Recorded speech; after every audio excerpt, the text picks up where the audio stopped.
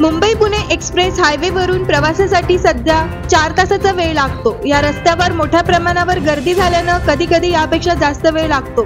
पण आता यावर तोडगा काढला आहे, ते म्हणजे आता मुंबईला अटल सेतूवरून उतरल्यानंतर तिथून पुण्याच्या रिंग रोड पर्यंत आणि तिथून थेट बंगळुरू पर्यंत 45,000 कोटी रुपयांचा नवीन हायवे बांधण्याची तयारी आहे। त्यामुळे केवळ 1.5 तासात मुंबई पुणे प्रवास करता येणार आहे। केंद्रीय वाहतूक मंत्री नितीन गडकरी यांनी यासाठी नव्या हायवेची माहिती दिली। डॉक्टर नानासाहेब परुळेकर यांच्या जयंतीनिमित्त आयोजित कार्यक्रमात ते बोलत होते।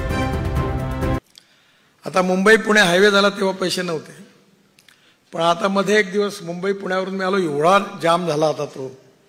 त्या दिवशी मी ठरवलं की नवीन रस्ता बांधायचा आणि आता मुंबईला अटल ब्रिजमधून उतरल्यानंतर तिथून पुण्याच्या रिंग रोडपर्यंत, तिथून डायरेक्ट बेंगलोरपर्यंत 45,000 कोटी रुपयाचा नवीन हायवे बांधायच्या कामाची आम्ही सुरुवात केलेली आहे।